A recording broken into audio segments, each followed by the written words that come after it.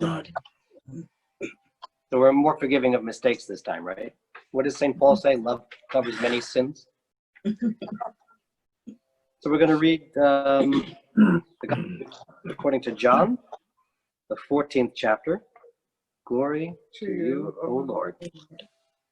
In final words to his disciples on the night of his arrest, Jesus encourages obedience to his commandments and speaks of the Spirit who will be with them forever. Jesus said, "If you love me, you will keep my commandments, and I will ask the Father who will give you another advocate to be with you forever.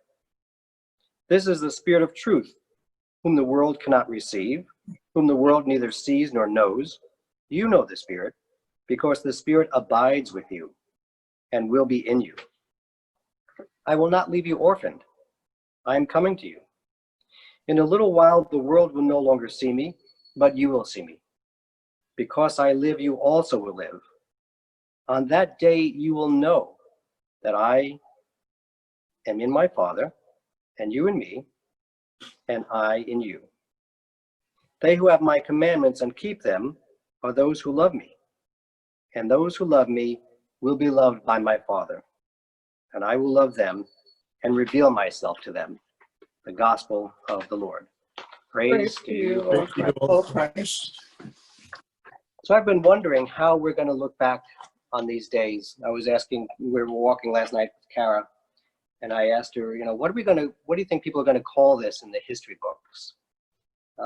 Is it going to be called the Great Pause? Is it going to be called the Great Global Pause? We don't know now what it's going to be called, but it's going to have some name that's probably going to stick with it and define it and frame it and color the way people think about what this time was. And that had me thinking about, what do Lutherans offer for people in a time like this? What does our faith give us to deal with this, or to explain it, or to cope with it, or to make our way through it? And, the way in which we name it, the way in which we describe it, probably does a lot of that. So there's probably a Lutheran way of doing that, a Christian way, or the Lutheran way of a Christian understanding of it. There was a televangelist who maybe you saw who was saying, "I'm going to blow away the COVID virus." And he just started blowing and saying, I've done it. I've blown the COVID virus away. And that's not necessarily the way we would do that. But what is the way that we do it? What does that look like? How do we understand it? So I think for Lutherans, we have a spiritual practice. I think we have a habit of the mind that does not change the reality, that does not erase the reality that we have or replace it, but it can transform the reality that we live inside, or how we live in the reality, how we live with it and dwell with it and understand it. And we can look for how to cope, or how to adapt, or we can look at this situation from a philosophical perspective. We could look at this situation from a historical perspective, with a history that's had plagues and wars and catastrophes of all kinds. So I think we can see and look upon our situation from a perspective. We can kind of think about what perspective, what place we choose to look upon it. And we can really shape the way that we feel about events, which we're understanding, and we're dealing with events. We can make a choice about how we memorialize this experience. How will we memorialize this in our minds? How will we frame this experience? And the name we give it is a way of doing that. And there's a whole spiritual practice, I think, about how we look upon the situation that we find ourselves in. For example, we can look back on a happy event with a different feeling from how we felt in that original event. We might look back on a happy event and then feel not so happy about it later on. We can look back on a happy event and feel different about it because of the events that happened afterwards. We can look back on a happy event with great poignance, or with a very different feeling. And we can look back on a frightening event or a sad event with the position of gratitude, or a position of appreciation. different from the way we felt at the time. We can look back on something that was sad or frightening and feel some gratitude about being on the other side of that, or some gratitude about what we took from that time. So looking back on an event will be in a different place. And it's possible, I think, for us to visualize, for us to imagine ourselves looking back on this time and thinking we're going to be in a different place at some point in the future, looking back on this time. And I think maybe that's a helpful practice, a helpful thing that we might try. So with our examples, we might be looking back on an event that was happy, but now we might think, well, we no longer have those people. And so while that event was happy at the time, we might not look back on it feeling so happy. We feel differently about a memory because we're in a different place emotionally, a different arrangement of people in our lives, just different circumstances. And conversely, if we're looking back on a sad or even a tragic memory, it was hard back then, but we can look back and know that that was the beginning of something, that was a turning point for something. That was a time when a relationship was strengthened or when there was a lesson that was learned. So when going through things, sometimes we feel like we don't know how we're going to endure this situation, or we don't know until we go through it. We learn then what strength we have. We can discover the resilience that we have by going through something like this. If you think about, looking back on your childhood, we may have some regrets about our childhood or some sad memories or some disappointment. And I think as we look back now on something that was regrettable or something that was difficult or something that was even tragic, we can change our perspective about how we look upon it. If you look upon someone else's childhood, if you look upon someone as a child having a difficult time with their life, we can often be understanding of someone as a child going through a difficult situation or making mistakes. And we can be understanding and forgiving if we're looking back on our own childhood. And maybe we should think about how, if we're looking at another person's childhood and the difficulty they're having, we can have understanding for them. And maybe we should think about how we can have understanding and compassion for ourselves in terms of looking back at our past, when we look at our mistakes. Can we look back on a time of sorrow and loss from a place of gratitude? Can we imagine ourselves in the future looking back on this time with gratitude, with forgiveness? Can we look at this life we were living from the perspective of history? History that's included all kinds of events that people didn't know how they were going to deal with. Can we look at this world we find ourselves in from a place where God is in heaven and there is grace upon grace? We can shape how we feel about something that we went through. We don't necessarily need to have the same feeling that we had at the time when we look back on it. We can fill a memory with blame.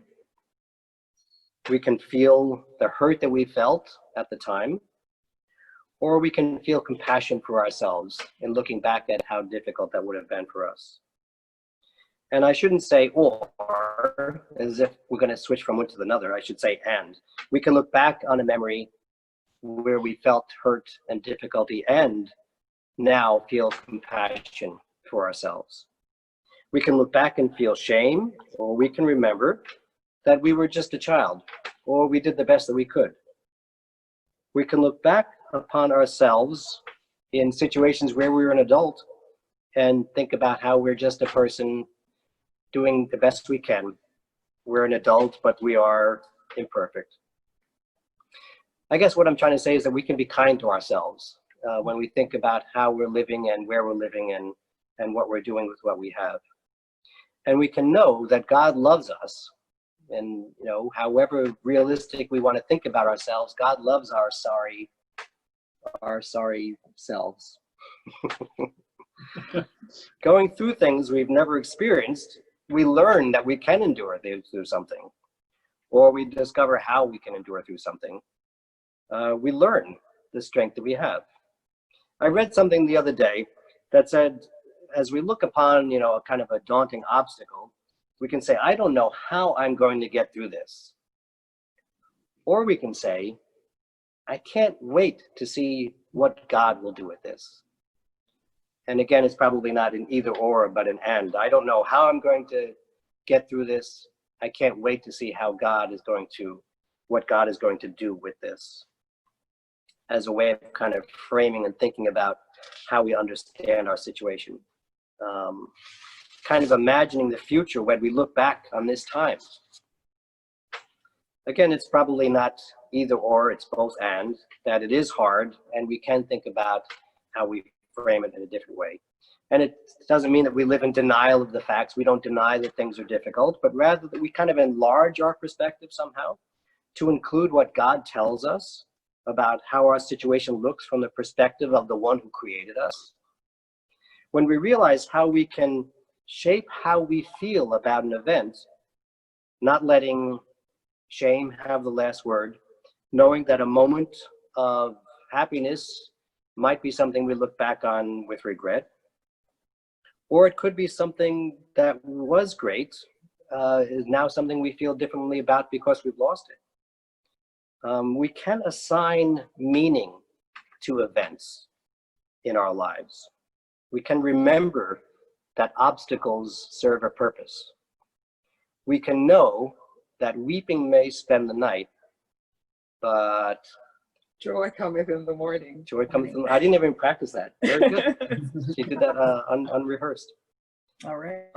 So what does that mean, that joy comes in the morning? Does that mean we just forget what happened the night before? Do we just push that out of our mind? Do we pretend that there was no sadness or no fear?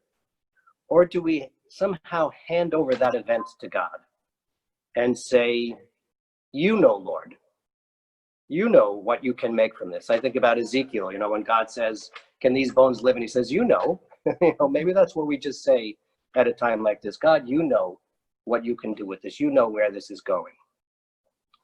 And as I look at this sanctuary, it's so sad to sit here and to look at this sanctuary just completely emptied, and to think about here we are at another time of worship, and the sanctuary is closed, the sanctuary is empty. But we could look at this sanctuary, look at this empty space, and think of it as how we will look upon this as a memory in the future, when we are back here again in the church, worshiping together. We can think about how we will look back on this time when we were not together, and think about how we will be rejoicing at that point, how this memory will look from that place. Imagine God looking down on us now, God looking down on us with empathy, God crying when we cry, God screaming expletives when we want to burst forth with anger. And to realize that not every religion has a God who suffers with us. Not every religion has a God who suffers for us, but we do. And that can be something that shapes our understanding of suffering and difficulty. To look upon ourselves and our situation with forgiveness, with compassion, with gratitude, and to look upon our situation and find hope, and to realize that we can look at our lives, whatever situation we're in, through the eyes of a loving God. Amen. Amen. Amen.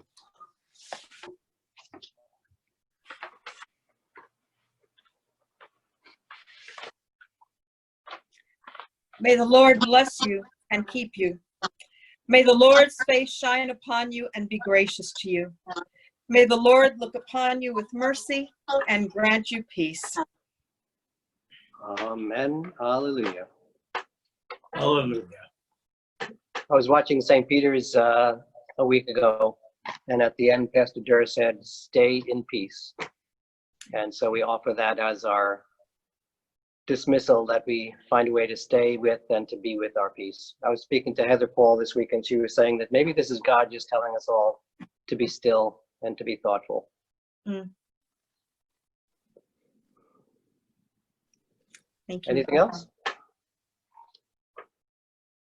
Okay, thank you folks very much. Okay.